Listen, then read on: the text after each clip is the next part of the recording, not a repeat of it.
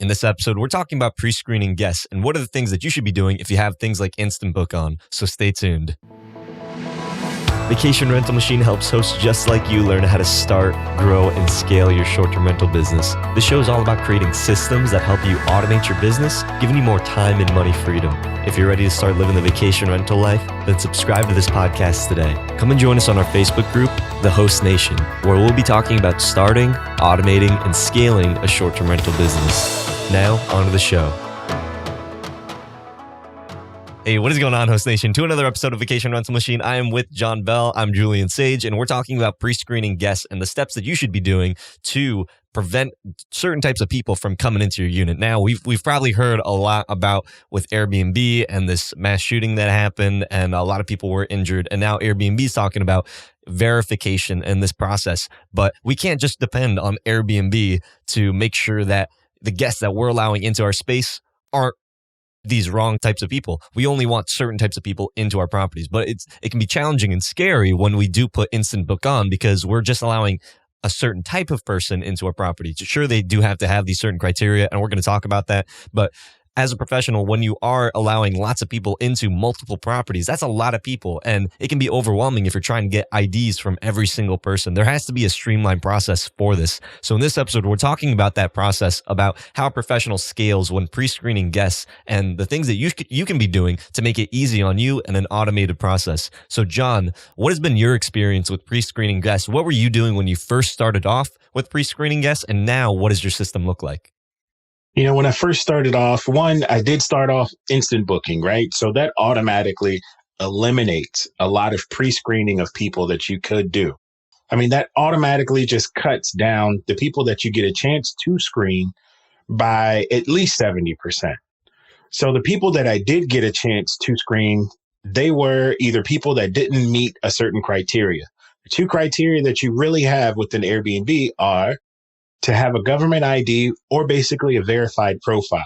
For me, this one box is mandatory, right? I need them to have some type of government ID somewhere, whether I have it or Airbnb has it or whatever platform, they got to be verified. The second option that you have that you can to pre-screen tenants would kind of come down to if you want them to have a previous track record of being good or recommended by another host. Those two options you can enable at the same time. Everybody that does not meet those criteria, they'll come in as a request to book. A request to book is when a guest wants to book with you. They've already kind of loaded up the payment method. They're just really waiting for you to hit accept. But at this point, this is when you can actually go into their profile. You can at least see why they're not able to book. In most cases, for me, it's because they don't have a verified profile, which then I'll kindly send them a message saying, hey, can you verify your profile by uploading your government ID? This also might mean that you have to upload a profile photo. Once you do those things, we can then approve the reservation, and I'll look back in about 30 minutes or so, and then I'll see if they've done those steps. If so, they get approved. If not, I'll technically let the clock run before I send another message, which you have 24 hours to do so. As long as they didn't ask to book at an inconvenient time, you have really a good long day before you have to message them again. I stay on top of this just because I want somebody to have somebody's ID. Whether you're the first of 10 people coming to stay, I just want the person that made the reservation to be held accountable in some sort of sense. So John, there's lots of people that are booking these reservations that they don't have a verified profile, they don't probably have any reviews, they don't have any experience. So it can be maybe scary to people when they are maybe approving these people that they don't know anything about them. How do you screen these types of people, or should you just not allow them to book with you?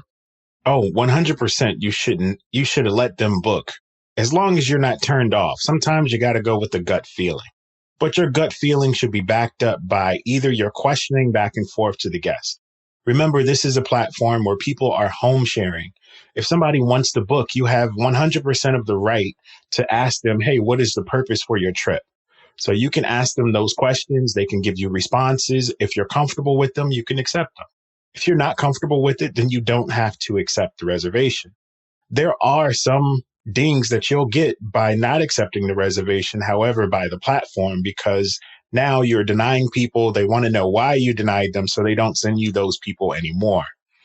So you want to make sure that you're only really accepting the people that you really want, but you want to put other parameters in place that deter the people that you really don't want. This goes back to how you book. This goes back to also price point in some cases. So if you don't allow 1-day bookings, you cut out a lot of the riffraff that you could have just for the people that want to come throw a party and they're out. Reason why they want to book a 1-day is because they know they run the risk of getting put out. And if they're allowed to just go for just a few hours, they have served the purpose of their reservation. You don't want that type of guest.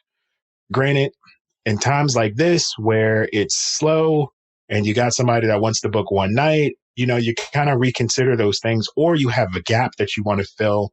And this 1-night reservation does fill the gap. I'm not saying that you shouldn't book 1 nights at all, but I'm saying that across the board, you should primarily be 2 days or more.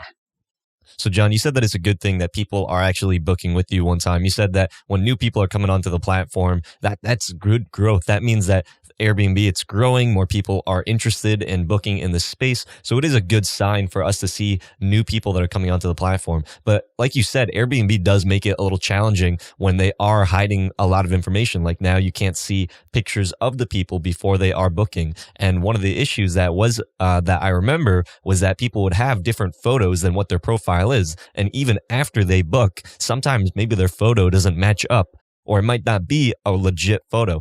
So, John, you were talking about some of those rules that you set in place to be able to prevent certain types of people from coming in. You said that instant book is something that a professional does want to use because Airbnb does have their vetting process when people are uploading their ID, their verified profile, and they also maybe have some reviews in order for them to be able to instant book with you. So that is a verification process on Airbnb side. But on your side, to make sure that people are not, let's say, taking advantage of the system, you do also have some rules set in place to be able to prevent those types of situations. One of those rules you said was blocking off those 1-day bookings and only using it during potentially gaps or slower seasons. But what are some of the other rules that you also use to be able to pre-screen guests and make sure that you're keeping the right types of people at your units?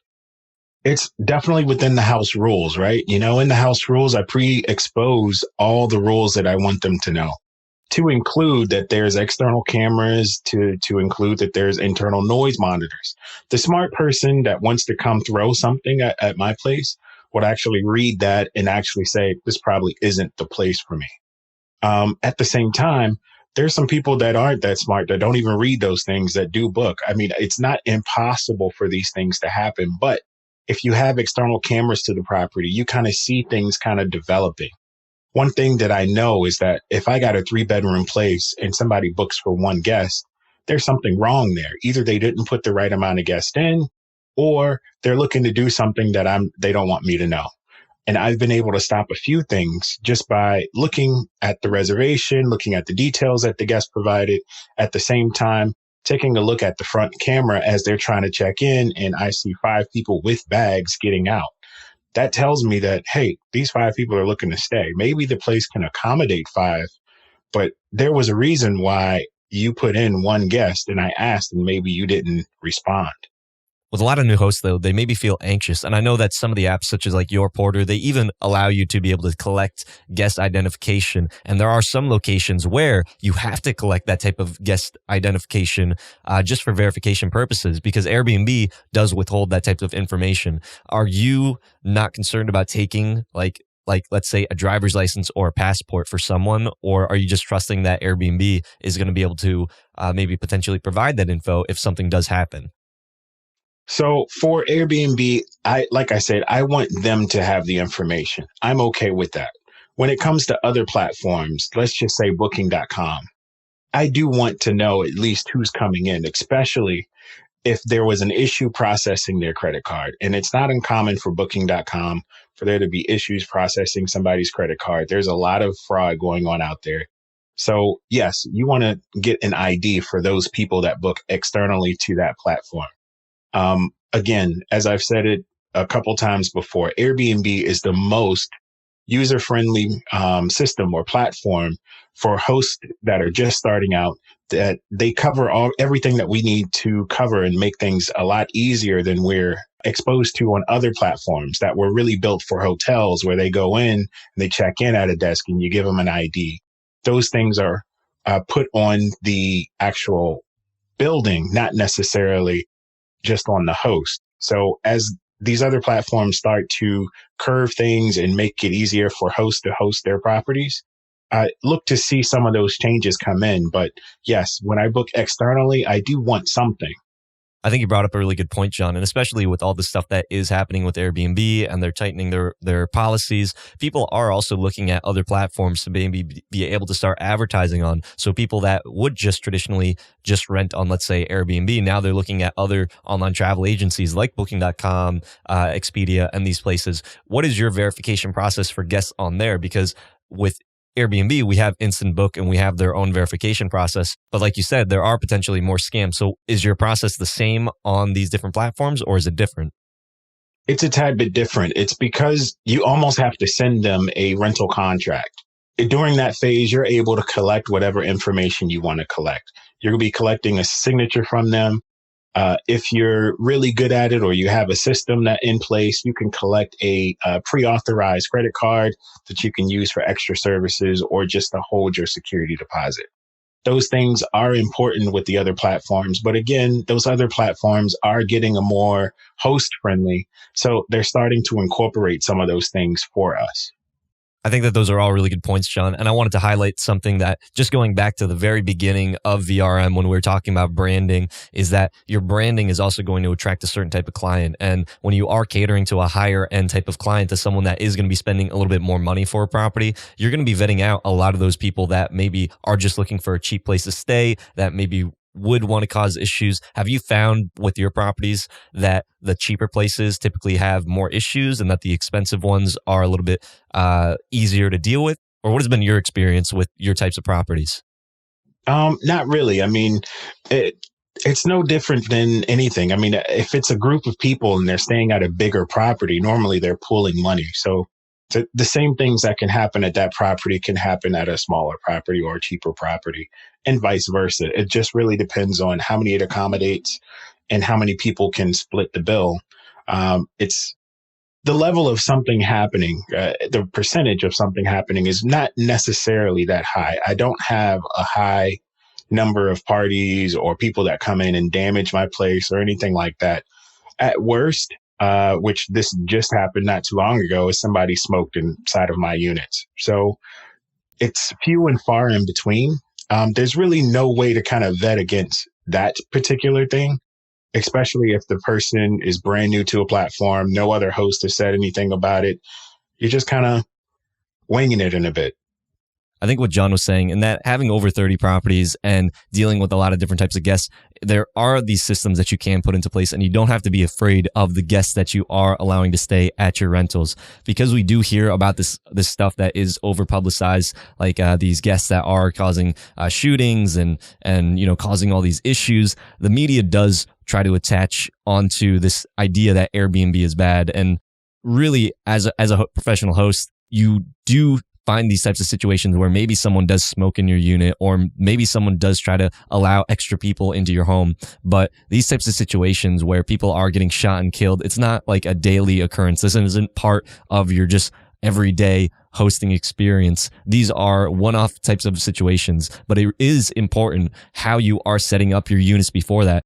Like John was saying, how are you pricing your unit? What is your branding? What is the type of client that you're trying to attract? Do you have security features in place? Do you notify guests that you do have security cameras, noise monitoring devices? We say these things not because we just want to add on all these extra fees and we want you to, these are important parts of the business. And that's why professionals use them, because they prevent these types of situations from happening. I'm sure that the homes that do have these situations where there are these unruly parties and there are these shootings, it's because they didn't have the types of verification processes that in place to be able to prevent these types of situations from happening. Having security cameras, having noise monitoring devices, these are all important parts. Having these house rules that state locals must contact before booking. One last thing that we should probably hit on, John, is that you did say that you are going into the user's profile and looking at them when they are inquiring. What is it that you're looking when you do have an inquiry? Well, first off, I want to look at and see where they're from. If they're not from the area, that's a good thing. If they're from the area, sometimes I'm like, this is somebody looking to do something a little malicious. I then go to the phone number, and if I recognize the area code, that might affirm that first thought. But it's not uncommon for somebody to be from an area and put that as their hometown, and they're just coming back to visit family members. So that's not a dead giveaway, but you want to look there. You want to look, see if they're verified. You want to see if they have other forms of ID. Like, have they connected their email? Have they verified their phone number? Or government ID, like I said, is most important for me. You could have maybe 5 or 6 other things without a government ID and still don't have a verified profile. So that is very, very, very important to me. All of these things are meant to be able to help you so that you can keep these types of situations from happening and allowing you to be able to use things such as Instant Book so that you don't have to manually go in and check everybody's identification. We are building a vacation rental machine, so these are important things that you do need in your business. And with all that being said, keep on hosting. Hope you hosts found value in this episode. If you did, please go on over to iTunes and leave us a review, as that would greatly support the show. If you'd like to connect with John, the community, and I, then go on over to our Facebook group, The Host Nation. Talk to your host in the next episode. Keep on hosting.